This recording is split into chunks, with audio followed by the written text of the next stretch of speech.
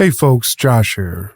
No PA announcements this week, sad trombone noises, but we do have some exciting news.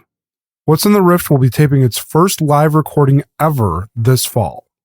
And because we don't know how to do anything small, we'll be doing it at the world's biggest gathering of tabletop and board game players in North America. This August, you can come see me and the rest of the cast of What's in the Rift live at Gen Con. Tickets are $6. You'll need a badge in order to buy those tickets, but I imagine at least some of you will already be there anyhow.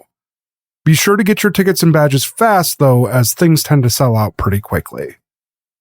All right, that's it. We'll have more updates on that once we have more details, closer to the event booklet becoming available in May. In the meantime, please enjoy What's in the Rift. Be advised that this episode of What's in the Rift contains death by fire, mentions of death by disease, and a child in peril. For the best listening experience, we recommend headphones. Previously on What's in the Rift. There is a dead cop on the side of the road, and the retracting Koyos machines. And a woman sitting in your lap, Jenny, who has just informed you that things are about to get interesting. Jenny, I think I fucked something up. Whatever it is, it's not good. Those things are there specifically to monitor for activities against the state or UCRI. It's not going to end well for any of us. So find a way to get this thing moving. We have to get out of here, or I'm going to be jumping over the guardrail there and taking my chances with the drop to the ground. Looking up from underneath the hood at the front of the car, Bruce, you notice that every car that you can see on the 408 right now is slowing to a halt. Jackie, do you see this? Vicky, what's happening? Whatever it is, it's not good. Those things are there specifically to monitor for activities against the state or UCRI. It's not going to end well for any of us. However, there is still the problem of the inhibitor on your engine. I'm just gonna shock it with the baton. Let's try the shocking and then maybe a couple of... Yeah, worked on that, dude. You short it out and make it stop working in whatever form that takes. Oh, God. Okay. How many plot points would it take to make this work? Yeah, like I have plot points. I will pay them. How many are you willing to spend? I will spend 2 to make this work. So you drop this baton and you press it to this device and you give it a relatively gentle squeeze, at least in comparison to the absolute wrenching squeeze that you gave it before jabbing it into that cop. There's a sound that accompanies it. It's a hiss, an arcing sound almost, but there's also a thunk, almost like something is retracting violently back into a housing. You get in the car, Jenny, you press the button, nothing happens. You remember that you have to blow into this fucking interlock device again. You blow into it, you press the button, and the engine springs to life. Hell yeah. However, that same hissing arc that you had thought was coming from your baton hasn't stopped, even though the device underneath the hood had clunked back into place. And there is a building tone on the air of electricity arcing. Josh, we gave you plot points. Fucking floor it! Go, now! Yes, you've got this! You're going to make it! I don't got it. And that's when it discharges.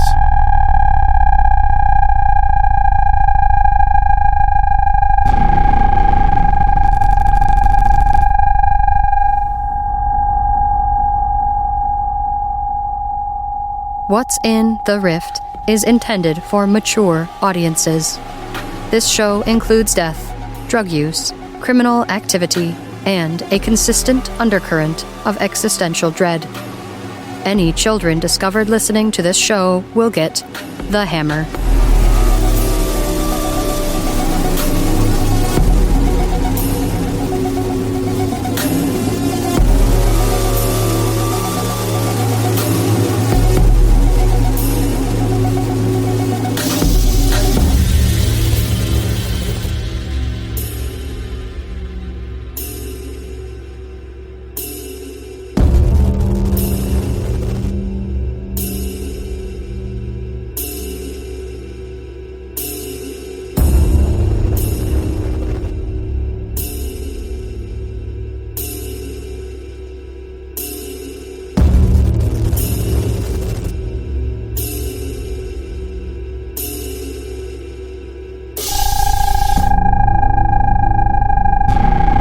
there's a brief second where you feel, holy shit, we might get out of this. It didn't hit anything. But in that same breath, that last little bit, that last fleeting moment of hope, you start to feel disconnected. The air around you smells like ozone and bitter. If a smell could be bitter, this air smells bitter. You look down, you look at your hands, and it's hard for you to even accept these as being yours. They just look like some platonic ideal of a hand. While each of you has your own independent thoughts leading up to this, the one common thread is that you don't feel like yourselves, like anything at all. You don't feel like you are in a moment of continuous existence from the second before to the second after. Like you have stopped being yourself. And that is the last thought that you have before you slip into a state of unconsciousness. Except for you, Toska. Toska, you watch everyone around you slowly stare into the middle distance. Victoria, who is perched in Jenny's lap, starts to slump over the wheel, and thankfully it appears Jenny's foot has gone slack on the accelerator because the car coasts to a gentle stop and starts idling along at no more than a couple miles an hour before you reach a small rise in the roadway and it stops completely. So everybody's on ketamine then? That's what's happening? Well, very similar. Okay, so the whole van's in a K-hole. Gotcha.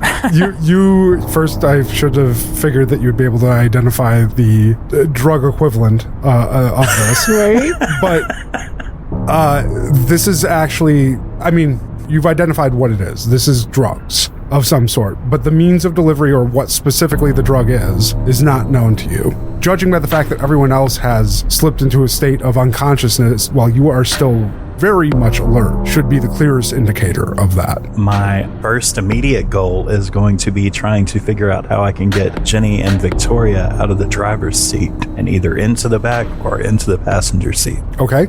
Tell me how you want to do that, because the next thing that you notice is the distant sound of a rotor wash.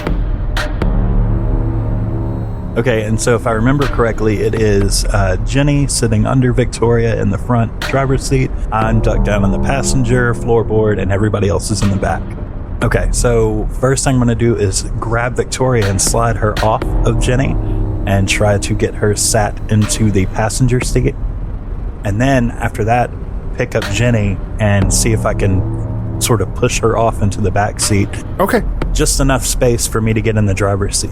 That sounds like a two-step plan. You need to remove Victoria and you need to remove Jenny. Right. In a way that you're able to get yourself into the driver's seat. Exactly. It's going to be hard to maneuver two people independently in here. I'm going to say that you'll be able to do it, but this test is going to be about whether you can do it in time before whatever is approaching arrives. Okay, so the thing has stopped, right? So I guess probably the best option would be to put this SUV in park, hop out of the passenger seat, run around to the driver's side, push Victoria over, then I can sort of just lift Jenny up and sort of push her in the back. All right, so as described, that's a lot of steps, and we're talking about a vehicle that it's not like it's a bus where there's a center space where you can just push her off easily into an open area next to the seat. There's a center console and other things that you'll have to navigate the stack of two people around. If it were just Jenny, you could probably lift her out and move her over the passenger seat, get in the driver's seat and drive away yourself, right? I would probably actually try to move Victoria before I even get out of the car. Reach toward her and pull her as far as I can into the passenger seat, over the center console. Not worry about Jenny yet. Let's deal with the roll to move Victoria and how deftly you'll do that first. Okay. So this will be a D6 challenge, but we are including the crisis die of the rift is crumbling for this. So that is, if I'm not mistaken, 2d8. I'm going to use resourceful by necessity. I'm going to use my D12 for self-preservation. I'm going to use Spiritualist. Okay. And then I'm going to go with my... Can I use my relationship with Jenny? I mean, she is passed out at the moment. So, okay, cool. We'll do that. I'm wondering if I want to use my... Doing it the hard way? Let me let you know what the result of my roll was, because it will help inform your decisions. Mm-hmm. I rolled a 12 with one opportunity. I've got an 8 and a 6. Ready to go. That's 14. All right. Because this is a test that can generate an asset, choose one of your die to have an effect die. Any of the dice in your pool that was not used in your result can be chosen as an effect die. Okay. I'm going to use the D12 then. Okay. Now there's a D12 effect on this situation. You grab Victoria and you get your hands underneath her arms and you pull her as much as you can into your seat and across that center console. She is dead weight, but Victoria is a rather slight woman.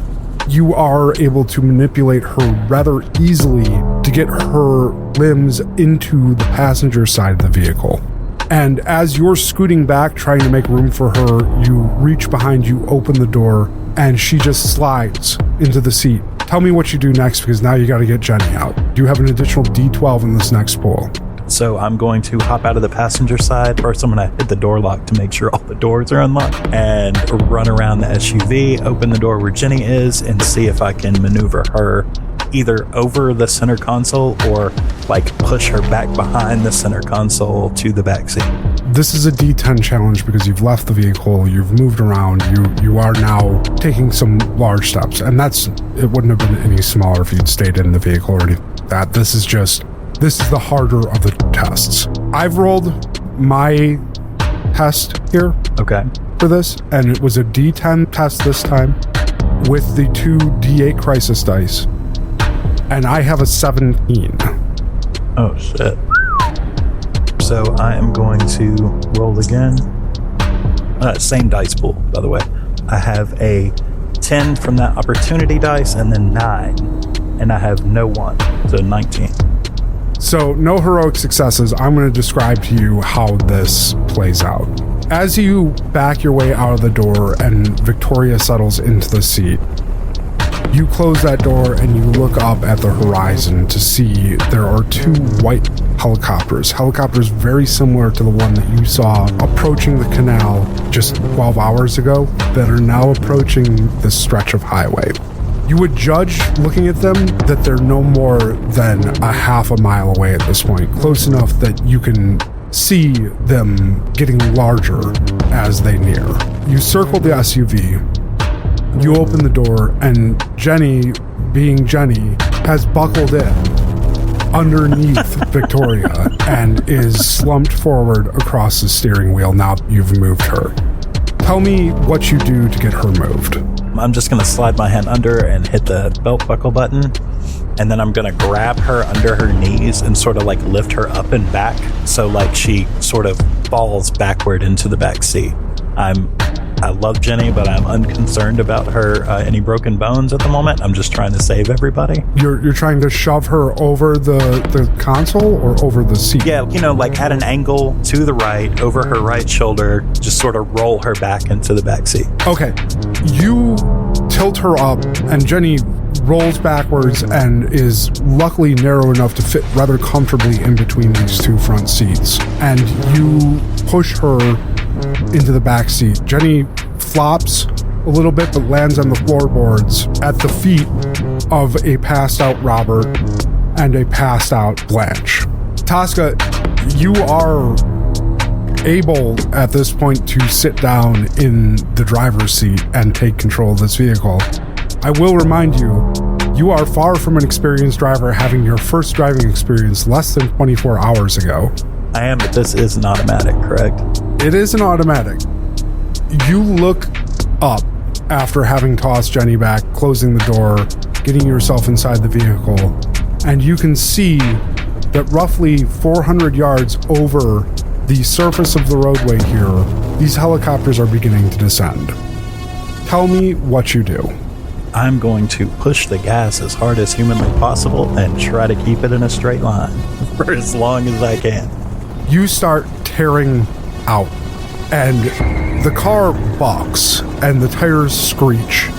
All at once, they gain purchase on the roadway, and you leap forward. It's startling how much power is generated in this car, but luckily for you, Jenna, up until recently, its owner, the recently deceased Jenna, as you leave a trail of bodies behind you throughout central Florida, was into souping up her car. The power is enough that it loses control a little bit and you start to fishtail. This is going to be a relatively easy test, but this is the last test we'll need to see if you can get out of here before these helicopters have a chance to really stop you from leaving the immediate area. Can you regain control of this car, this unexpectedly powerful SUV? This is a D6 challenge with no crisis dice attached. And you have to beat an 8. Resourceful by necessity, self-preservation. Do I still have that extra 12? No. This time I'm just going to use scoundrel because I'm like running from the police. Police, but you're running from an authority for sure. I need one more. I'm just going to stick with Jenny. Okay. And let's see. Is Toska developing an affinity for Jenny, almost like an older brother kind of situation here? Because it seems like... Well, I mean, you know, me and Jenny have been down since the whole thing started, so... Yeah, no, it makes sense. I have an 8 and an 11. Okay, well, an 8 and an 11 is a heroic success, so not only do you gain control of this thing, you are able to actually use some of the momentum generated by it. So tell me exactly how this happens. You have a helicopter at the back of this inclusion zone that is almost completely touched down, but maybe only 100 yards over you at this point. Ahead of you is a helicopter descending, and you begin to rapidly accelerate towards it. Well, I'm going to drive under it as quickly as possible, and when I am, I'm sticking my middle finger out the window pointed up so that the helicopter can see it, and then I'm just going to drive and not stop. You peel out, and you go flying underneath this helicopter, flipping at the bird, and I'm sure giving it a shout, and if the radio weren't punched out already, it almost magically would be punched on at this point. Yeah. And you start driving away on what is now a largely empty 408 state road leading towards 75 North. You have no idea where you're going, though, do you, Toska? You have no freeways to reference in your no, Florida. But I do you know have that everything is north of Florida. So yes. So this is going to be interesting because the effects that the rest of everyone here is under are going to last for quite some time. You accurately identified that this is ketamine-like in the way that it works. It is not exactly ketamine because ketamine does not catalyze from any substance with ozone, but this does. But it is a disassociative. It very much is a disassociative. You peel off underneath this helicopter, you start tearing away, you start heading in the general direction of the 75, you are heading west currently, and the helicopter behind you stops descending. And almost in like a moment of indecision you can catch in the rearview mirror, it seems to hover at about 100 yards above the roadway before it reorients itself and starts ascending again and moving in your direction. Okay. So it is chasing us. Yes. Here's how we're going to do this. We're not going to go through every detail of you driving solo with a bunch of passed out folks in the back of the car, but you do need to find a way out of Orlando. It's open road for most of the stretch up to Highway 75, and there's clear signage there. Do you recall where you were supposed to go? Manchester. I thought we had already pulled it up on someone's phone. Where was So yeah, the GPS is already going, and it's like fucking go straight like that. So I'm listening to it. A quarter mile ahead, fucking go straight. You get to about 2 miles out from the interchange with Interstate 75, and your phone barks a command at you that you should be watching out for upcoming exits.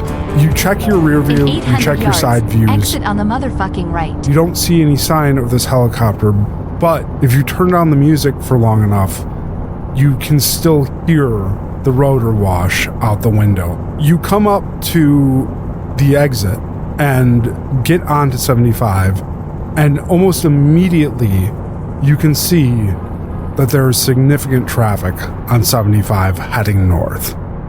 There is a long series of trucks in the right lane that are moving at a slow rate, and it isn't except for the leftmost lane that there seems to be any progress. The leftmost lane, of course, adorned with diamonds indicating a high occupancy vehicle lane.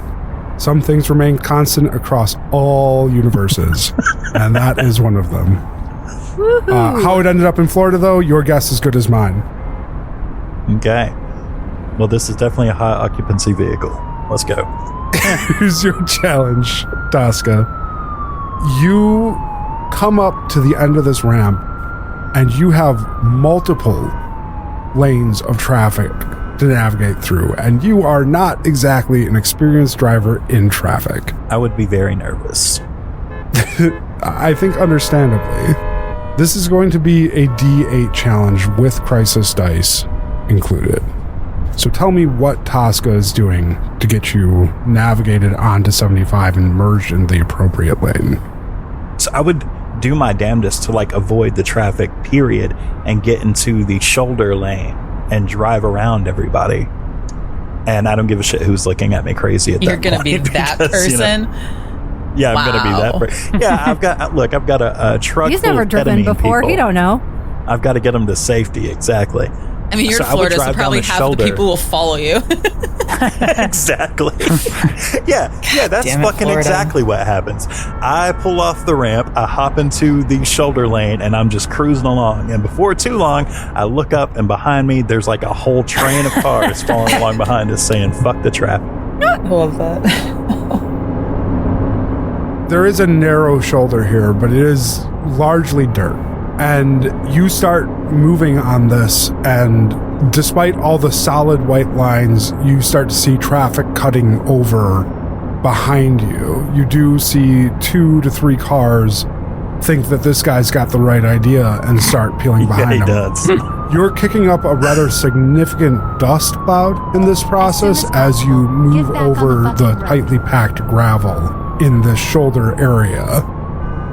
You start accelerating, and you're overtaking cars rapidly, and the cars behind you keep pace. And as you're moving along in this right lane, you see an almost identical black SUV as you pass it. Same make, same model. It looks like it could be the same vehicle. You are several miles down the road on the Florida Turnpike, and you've made good progress. You start to feel like you might be able to relax a little bit. It's been a while since you've heard the rotor wash or any other indication of the helicopter behind you. There is an exit on the right coming up if you fully want to give this helicopter the slip, but it will take you off course from your GPS, and you will not be able to use it. So I'm going to take the exit and hope I can go back down the other side and stay in the shoulder. You're on the shoulder of the Florida Turnpike, kicking up a sizable dust cloud into the traffic, following you, basically avoiding the slowed movement in the rightmost lanes. And now that you're coming up on road work, you're starting to understand why this slowdown has occurred. Right. You pull off onto the off-ramp towards a Hancock Road. There is signage there that indicates north versus south, and thankfully the off-ramp from this exit with the yield sign and the merge avoids the stoplight and heads north. Do you take that? Is that your plan? Yes, that is what I'm going to do. Okay. WTAF. This area is largely open field and swamp. There are a number of vehicles that would look to be construction vehicles. As you continue along this road, you can see the beginnings of what appear to be a cookie cutter suburban development that is springing up until you come to the end of Hancock Road. You are very much in an undeveloped part of Florida here. Up ahead, there appears to be some roads that lead to some type of development that is under construction, but also obviously not with anything remotely habitable back there. You see signage denoting this road as a county road, and it heads off east or west. There is a sign approaching this crossroads that says Ferndale, and it points off to the right, or there is, back towards the left, which if you are good with cardinality, you would assume would lead you back in the direction of the turnpike. I don't want to go back toward the turnpike, so my only other option is to go away from it, right? Right now, yes. Yes, so that's what I'm going to do. I am not going to turn around. I'm going to keep trying to move forward. You take a right onto County Road 561A towards Ferndale. You've set yourselves in motion to take surface streets, avoiding the major roads out of Florida. You pull to the side of the road as you get into Ferndale once you feel that it's safer, and you want to venture a peek, so to speak, to see if you can see if that helicopter is anywhere in sight. Right. The way that I would likely do that is try to find a truck stop or a gas station of some sort and hold off for a few minutes and see if anything develops. As you pull into Ferndale, you do find a gas station. Ferndale's a very small town, but it is a town, and there is a gas station there that you pull off into. You're getting out of the car, I'm assuming? At this point, I want to make sure everybody's still alive because I haven't had a chance to give anybody any sort of attention based on their health. You pull into this gas station. It's got slightly run-down pumps, and it would appear that at least two of them have yellow bags over them, preventing you from using the handles to fill the car, but you don't know that from Jack anyways. This is really the very first actual gas station you may have ever seen. Right. New territory for me. You pull in, you do a reasonable job parking, and do you turn off the engine? No, I would not turn off the engine. Number one, to keep the AC going, probably, because it's probably hot as fuck. It's unseasonably warm, I'm sure. And, These are facts. And then I would just I would get out of the car and go to each door and check everybody's pulse. You get out of the car, you don't hear the rotor wash anywhere as you do, and you make your way around opening doors and checking pulses. You can lean over before you even get out of the vehicle, and you can see the rise and fall of Victoria's chest. Okay. She is unresponsive, but she is still breathing. You give a cursory glance into the back seat, and you can tell also that Jenny is alive, if asleep. And as you get out of the vehicle and make your way around, you do a convincing job, at least not enough for anybody to immediately know that you're some interdimensional traveler checking on their knocked out friends. Right. Reaching in and checking to make sure that Blanche and Robert and Bruce are all responsive. And you look into the very back, and you see back there Jackie slumped on her side, and laid completely on his back is Ace with his head in her lap.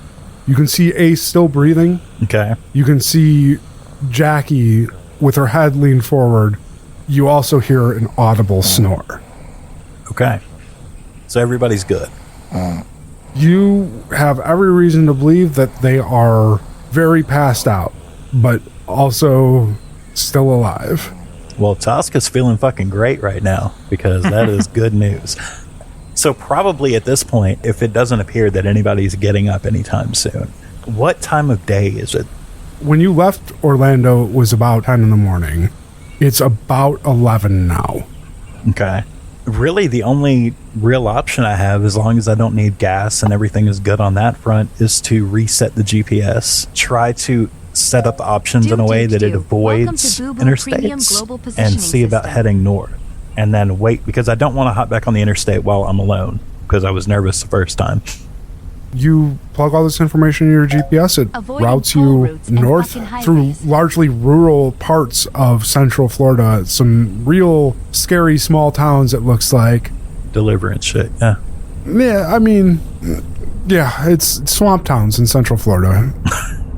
Right. And it's a long road, but you do manage to set out. You make your way all the way up through Lake City. It takes you on 441 north to Fargo, and it's at that point that you realize you've crossed over into Georgia. It's late afternoon at this point. You would say approaching 4 o'clock. It's slow going, taking surface streets out of Florida.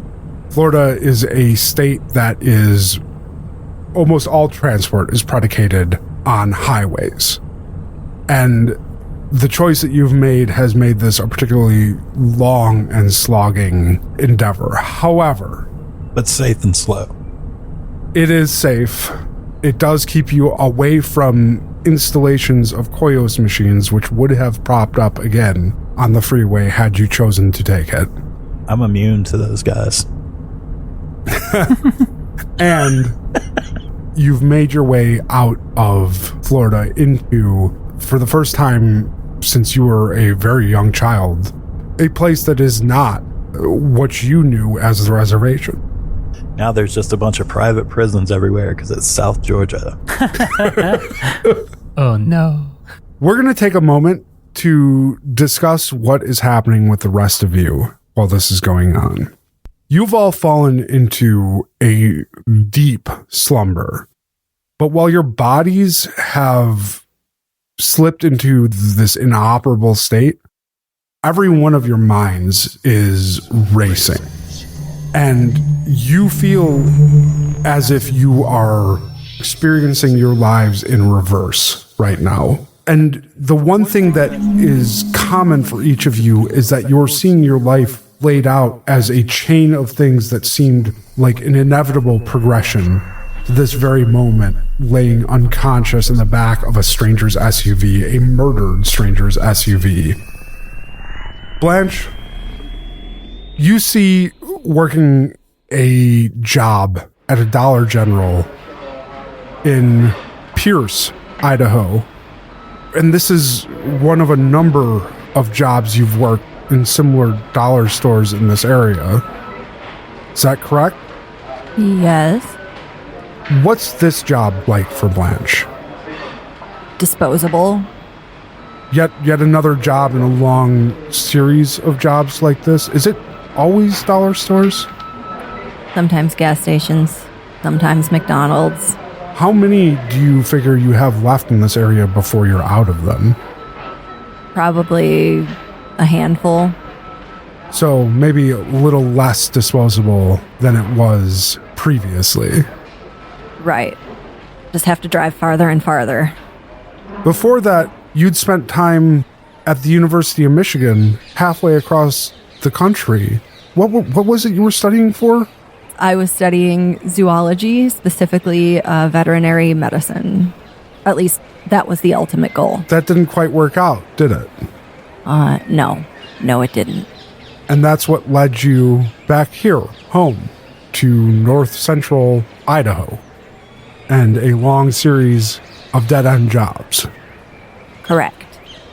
And before that, an almost formative moment for you, standing at your back door to your family home, staring up into the sky, when your father steps forward and puts his hand on your shoulder and asks you what you're doing with the door open, Blanche. I let my prized parrot, Johnson, go.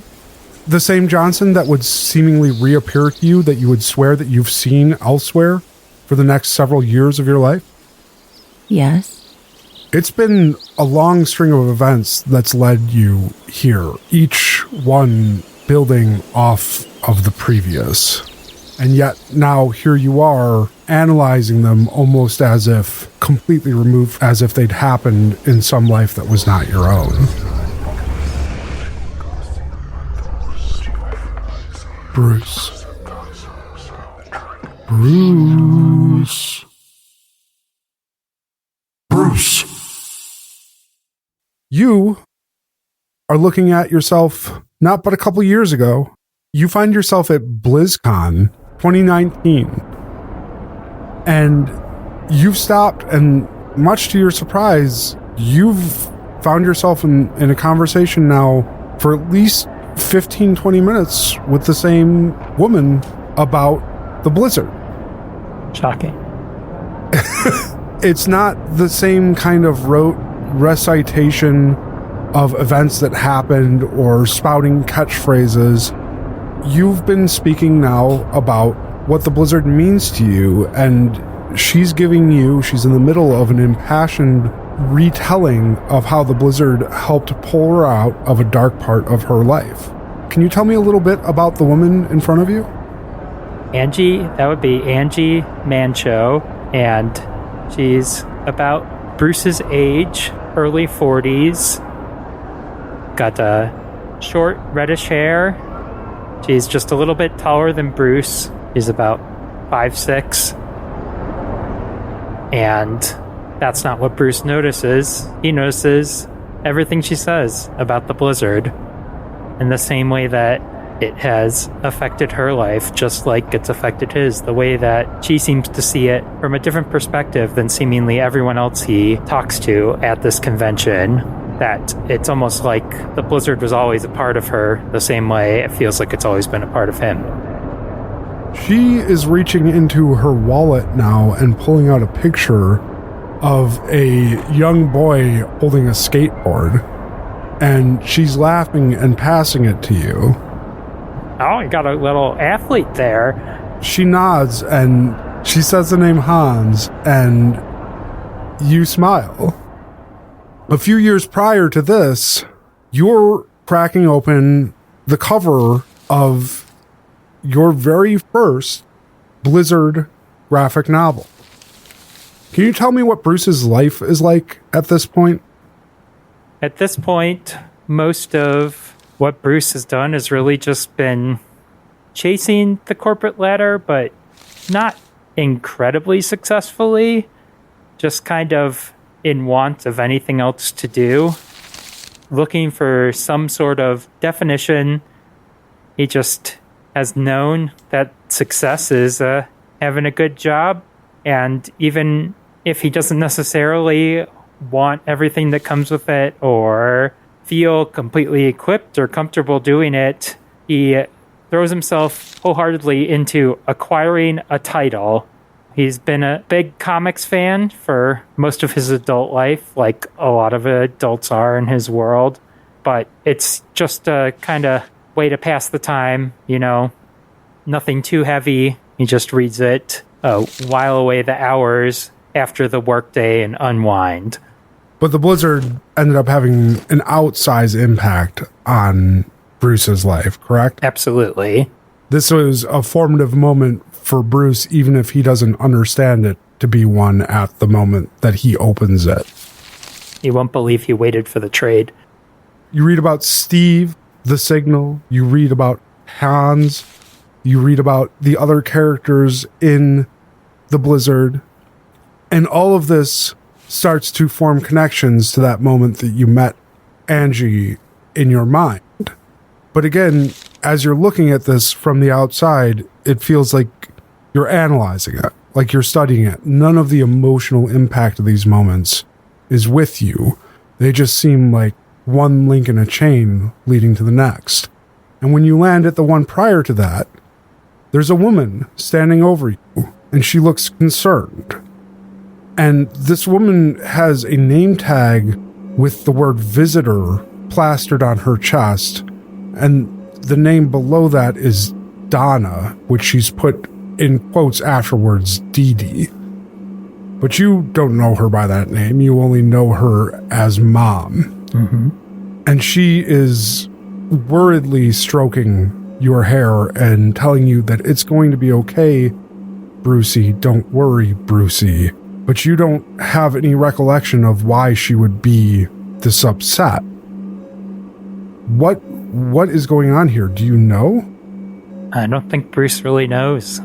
This is in kind of a dark part of Bruce's past, isn't it? This is one of those memories that surfaces, but only fleetingly, because this is from a point before Bruce had a lot of coherent memories, right? Yes. For you, Bruce, this is almost like a chain floating independent of all the rest. What you can gather here is that this is before spirit radio showed up for you, before you were triggered by moments of static, by silence that had become deafening to the point that you could hear the rhythm of the universe inside of it. Yeah. This is an independent island floating alone that you can't draw lines to the rest of your story.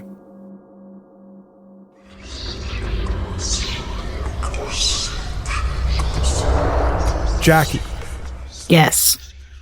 The first part of what you are seeing is an army base in the Pacific Northwest, an area that a small community has conglomerated around. But the community feels patchwork. It feels almost like it's an act of desperation. And the only thing around that you feel that same true connection to is Ace. Ace, who has been a constant and true in your life for the last 4 to 5 years. There aren't many dogs left at this point, because just like people, they were subject to the same parasite as everyone else. Can you tell me what life is like on the base at this point? At this point, there's a pretty regular routine. Daily life is not real exciting, but it's definitely sometimes a struggle. Everyone has to pitch in. Resources are still pretty scarce. Definitely no wasting. With being with the military, are not worried about, like, meals. I mean, they're not extravagant. They're pretty basic, whatever has been scrounged up locally.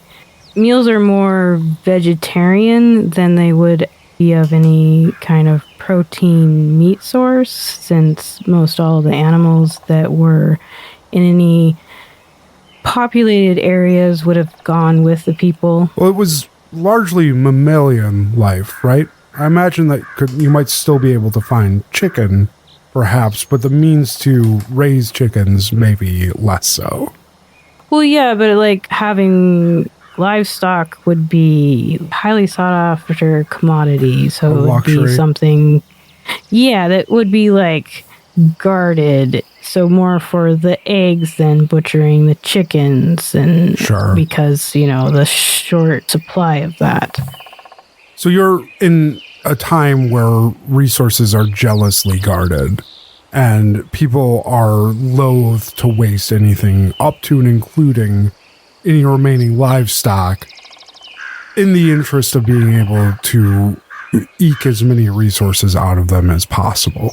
Yes, and with it being the community built around the military base, there's a little bit better protection and security there, so we're not fighting off as much as we did in the first few years of people trying to take things and steal things.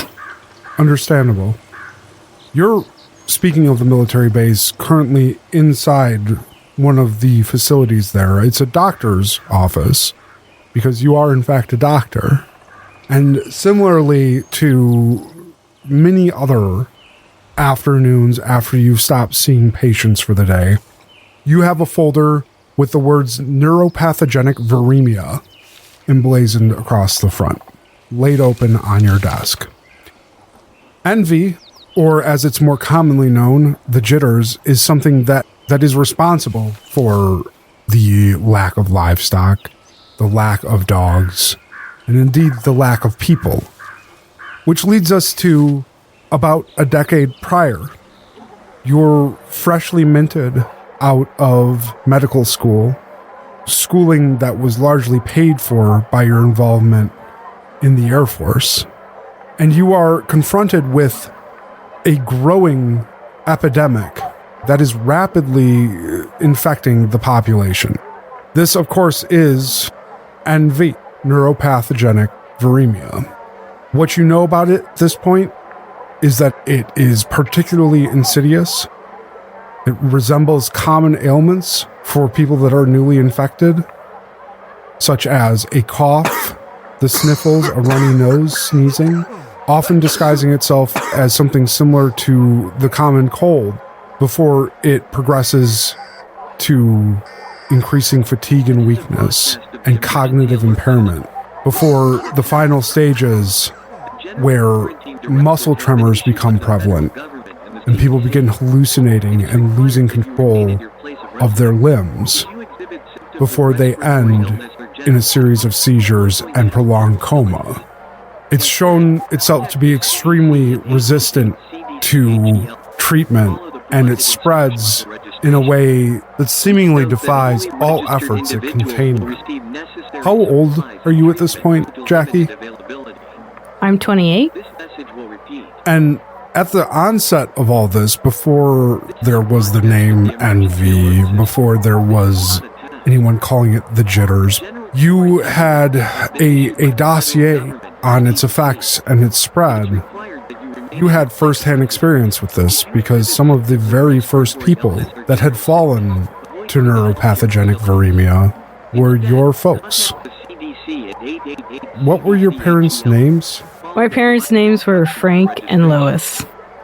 Frank McCloud and Lois, his adoring wife, together for 32 years at that point. In a matter of 2 weeks from each other, both fell into prolonged comas before the only thing keeping them alive was the machine breathing for them and the machine circulating their blood.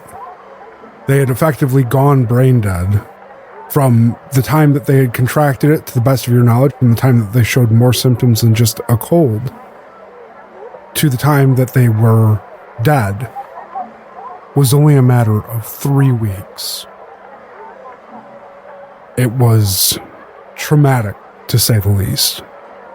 You went into your last year of study feeling like you had everything figured out, and then the world started to crumble around you.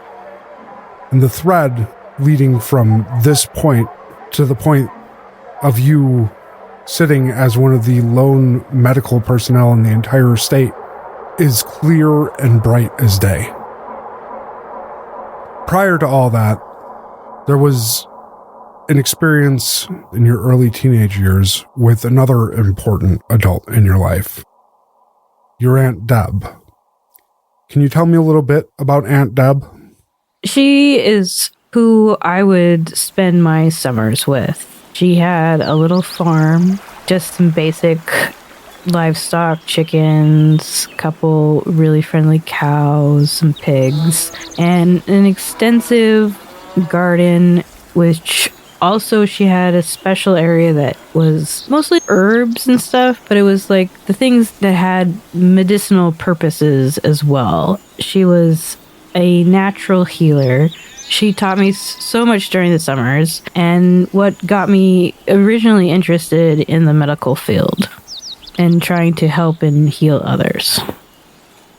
Aunt Deb really was what kicked off this whole chain of events. She was the anchor point in this particular thread of your life, the decisions that had brought you up to the point from young girl developing an interest in medicine to the tragedy at the outset of the fall to the moment that you felt like you had exhausted every last resource you had to understand how to help heal a dying world and began searching for answers through unconventional means. Yes. And our last inhabitant in this dream state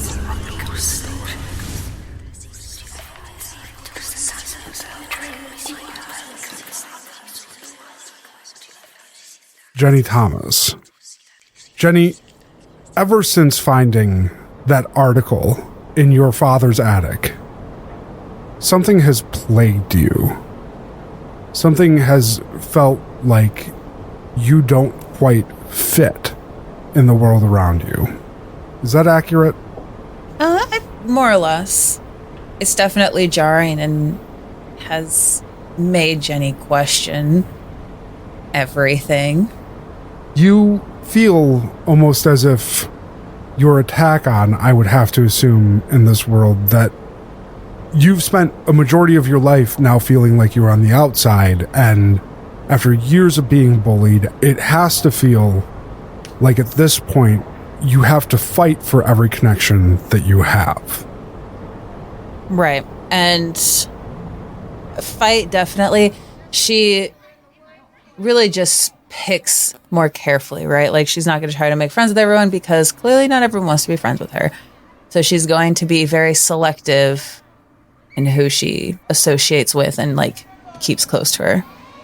And it's after finding this article that it really sets you off trying to understand what your place in this world is, a world that you already don't feel like you fit fully in. Right. That article, of course, an obituary for Jenny Thomas. Surely a misprint, but it doesn't feel that way looking at it. And that leads you eventually to an invitation to a nondescript and mysterious website. Can you tell me what it was like for Jenny the first time that she logged on to the Rift? It was definitely very interesting.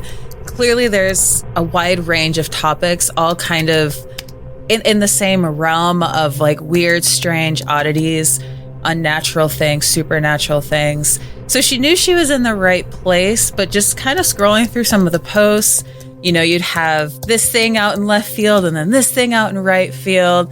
And they all kind of danced around that same topic, that same vibe. So she wasn't quite sure what to make of it, and then just kind of started commenting on things as she realized that other people in the Rift were going through their own personal crazy stories, and she wanted to help and be helpful, so she would comment on things, and that's how she started actually getting involved and making this group of friends on the Rift. So the posts themselves, largely nonsense, right? Yeah. But the comments and the discussions and the people that she met along the way, really her first taste of anything resembling a community that she felt like she fit in. Right.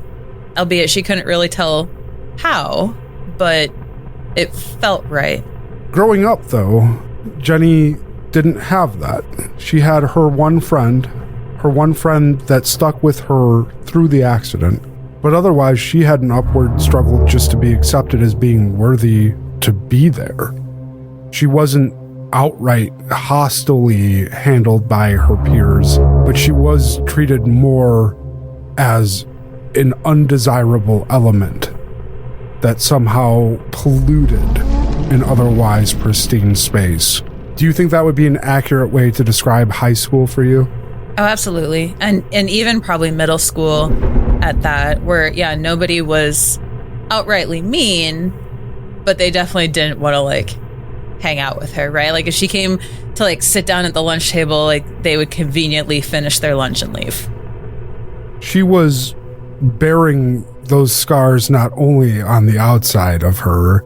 It wasn't just the burn scars that traced down from her neck and across her arms and down to the tops of her hands. It was deep and emotional at that point. Mm-hmm. Yeah, very much so. And that same pain, that same lasting feeling of being unwanted chased Jenny into her fledgling adulthood, and to the moment where she saw an article that seemed to clearly state, as others had been implicitly stating, that she didn't belong here. And the reason for that happened years prior to that. Can you tell me about the afternoon of the fire before it started? Yeah, so Jenny was upstairs in her bedroom doing kid stuff. She was single digits, probably about 9. So she was just kind of upstairs playing with her Barbies, doing her thing. And she started to smell smoke. And she could hear her dad yelling, trying to scream, get everyone's attention. But being a 9-year-old kid, she decided to ignore her parents because what else would you do? You're playing with your Barbies. But as the smell got stronger and stronger, she realized it's probably not popcorn burning. And she opened her bedroom door to see what was going on. And of course, all of that black smoke just billowed in, almost pushing her over. She tries to scream for her parents, but as she breathes in, she starts choking on all of the smoke and just starts hacking and coughing. And she hears her mom scream from the other room, and she instinctively starts trying to reach her mother.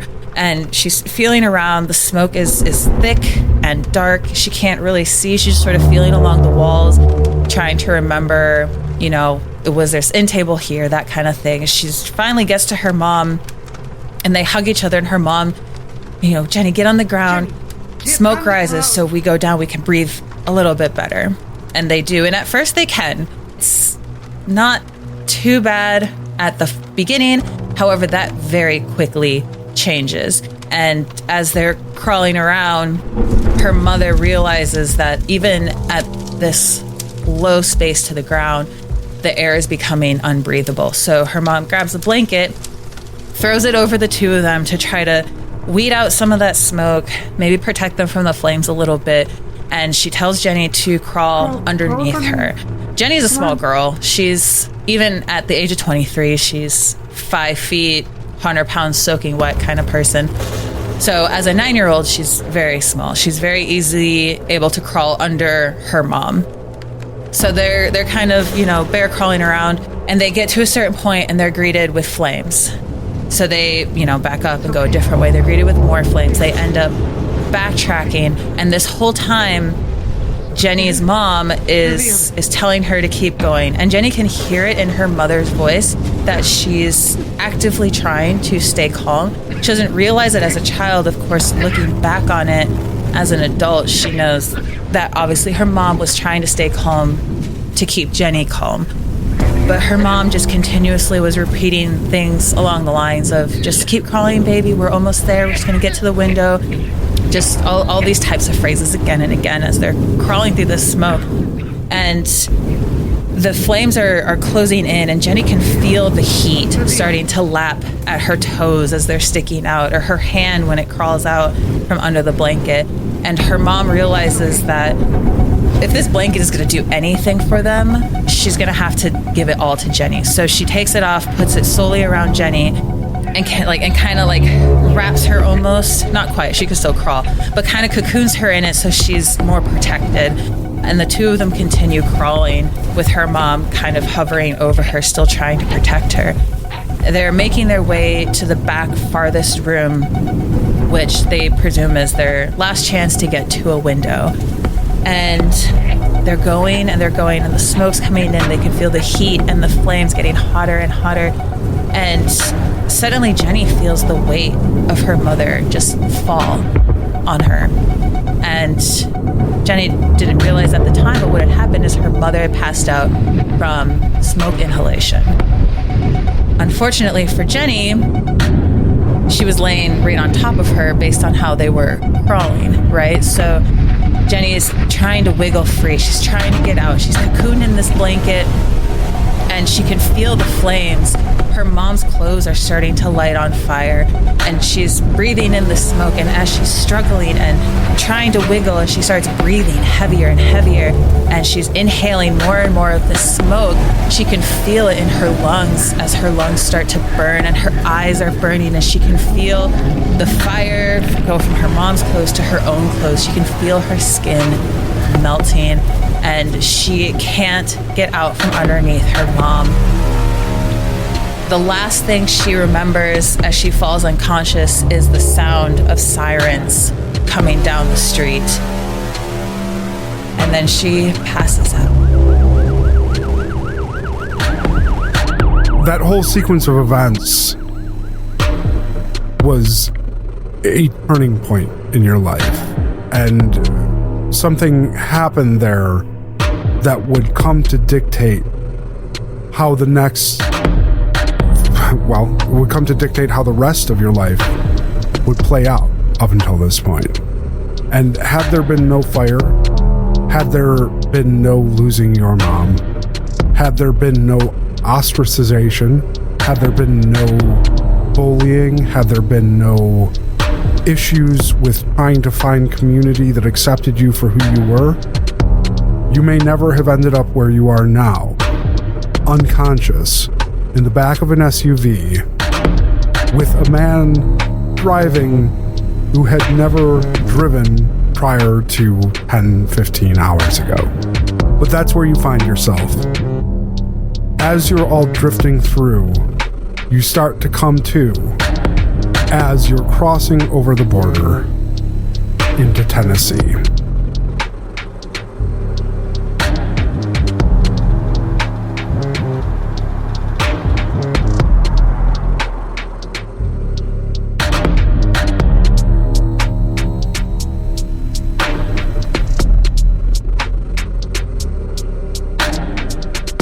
This has been What's in the Rift.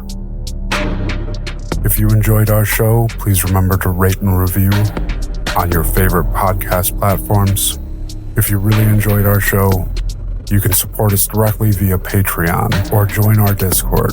Both links can be found at what'sintherift.com. What's in the Rift is brought to you by Gas Station Drugs.